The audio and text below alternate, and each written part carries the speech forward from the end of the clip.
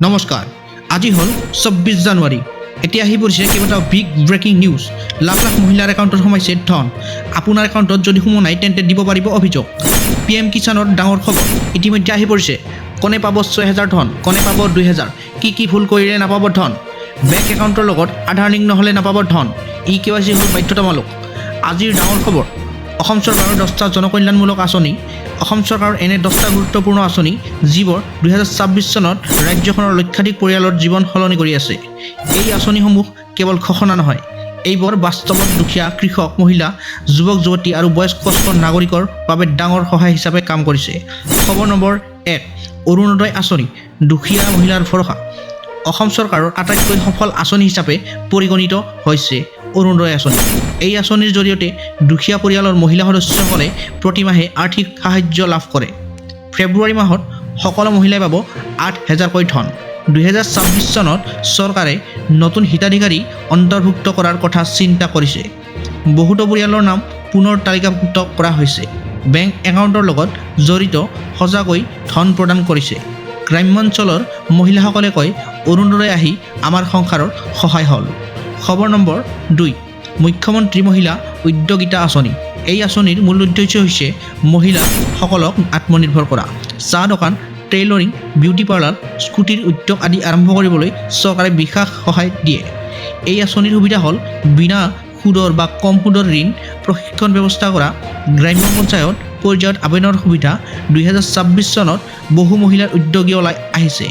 খবৰ নম্বৰ 3, মুখ্যমন্ত্ৰী কৃষক কল্যাণ আঁচনি। কৃষকসকল অসমৰ মেৰুদণ্ড। এই আঁচনিৰ অধীনত কৃষকসকলে লাভ কৰে আৰ্থিক সাহায্য, উন্নত বীজ, কৃষক সঁজুলি, কৃষি বিভাগৰ প্ৰযুক্তিগত সহায়।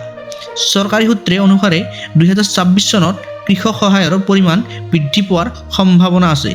খবৰ নম্বৰ 4, আয়ুষ্মান অসম স্বাস্থ্যৰ সুৰক্ষা। এই আঁচনিয়ে গৰীব পৰিয়ালসমূহক বৃহৎ চিকিৎসা ব্যয়ৰ পৰা ৰক্ষা কৰে। ৰাজ্যৰ বহু চৰকাৰী আৰু ব্যক্তিগত হস্পিটেলত বিনামূলীয়া চিকিৎসা কৰে। অপাৰেশ্যনৰ সুবিধা, কেছলেছ ট্ৰিটমেণ্ট কৰে। 2026 চনত বহুতো নতুন হস্পিটেল অন্তৰ্ভুক্ত কৰা হৈছে। খবৰ নম্বৰ 5, অন্ন সুৰক্ষা আঁচনি।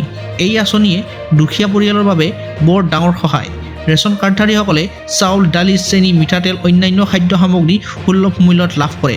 চৰকাৰে কয়, কোনো লোকে ভোকত নাথাকিব। খবৰ নম্বৰ 6, মুখ্যমন্ত্ৰী আৱাস যোজনা। ঘৰ নথকা লোকৰ সপোন পূৰণ হ'ব এই আঁচনিৰ দ্বাৰা। গ্ৰাম্য আৰু নগৰীয়া এলেকাত পকা ঘৰ, শৌচালয়, বিদ্যুৎ সংযোগ। 2026 চনত হাজাৰ হাজাৰ নতুন ঘৰ অনুমোদন কৰা হৈছে। খবৰ নম্বৰ 7, স্বনিৰ্ভৰশীল আঁচনি নাৰী। এই আঁচনি মহিলাসকলে লাভ কৰে বিনা সুদৰ আৰ্থিক সহায়, ব্যৱসায়িক গাইডেন্স, আত্মনিৰ্ভৰ হোৱা সুযোগ। এই আঁচনিয়ে বহু মহিলাক চাকৰিদাতা হিচাপে গঢ়ি তুলিছে। খবৰ নম্বৰ 8, বিনামূলীয়া স্কুটি আঁচনি। উচ্চ মাধ্যমিক ভাল ফলাফল কৰা ছাত্ৰীসকলৰ বাবে ডাঙৰ প্ৰেৰণা। স্কুটি পোৱাত সফল, কলেজ যাতায়াত সহজ, সময় বাচে, ছাত্ৰীসকলক আত্মবিশ্বাসী হয়। 2026 চনত নতুন তালিকা প্ৰকাশ পোৱাৰ খবৰ পোৱা গৈছে।